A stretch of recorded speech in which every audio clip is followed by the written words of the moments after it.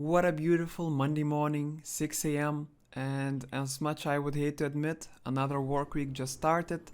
So before my uni classes, I would like to do some improvements to my game. But before that, let's do some quick quarantine workout, get some tea, and see you guys at my workstation.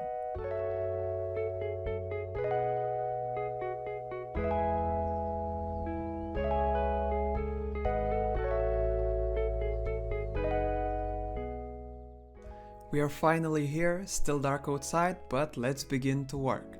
So last week I did some playtesting and found a bug where the player will continue to go up even after his death. That usually occurs when you die while holding movement button because controls disappear and there is no way to override the trigger that is set to true. So I hope this will be an easy fix for the morning.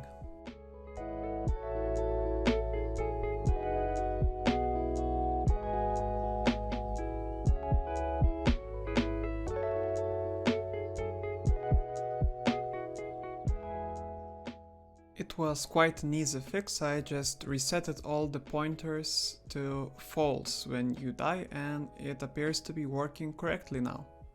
The minor bug is fixed and I still have some time left, so I will do some work on the hostiles in the game. For now, there are 3 types of enemies in the game: heaviest strategic bomber, medium bomber and light dive bomber.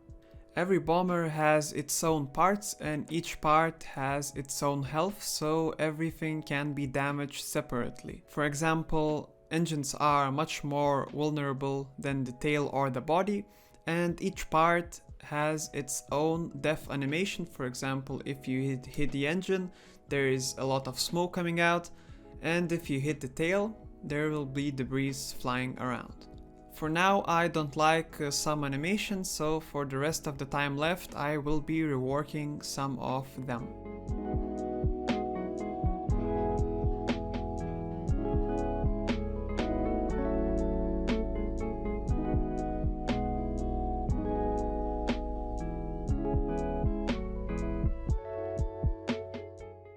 I'm still not entirely satisfied with the damage particles, but I will work on it later.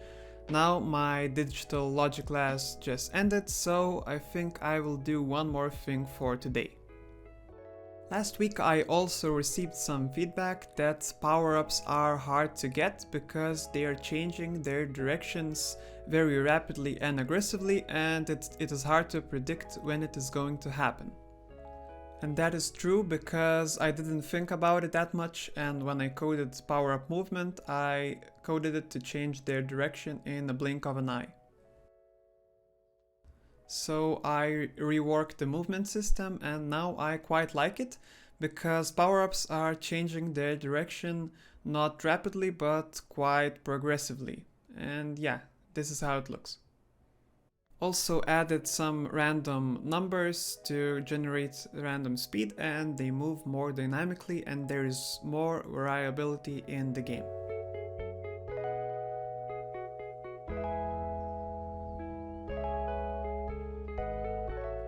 Today is the next morning, Tuesday, and for some time I've been playing around with damage particles to see what looks good, what not, and I think adding a little bit of noise and gradient helps to make smoke look more realistic and dynamic. Every effect on the plane is controlled by a script who sees which part of the plane is hit and reacts accordingly. If the health is under 0, plane will go down and effect will be playing. I also worked a bit on the collision effect, which occurs when player hits the enemy. It looked more like this, basically just some kind of firewall, and it didn't spark joy. So I added drag, gradient, also changed the color, and yeah, now it looks like this.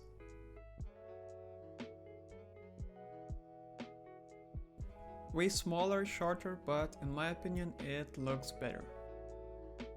I guess that's it for today. For the next time I will probably reorganize my Trello board and start working on the background of the game. And yeah, oh boy, I didn't want to do that.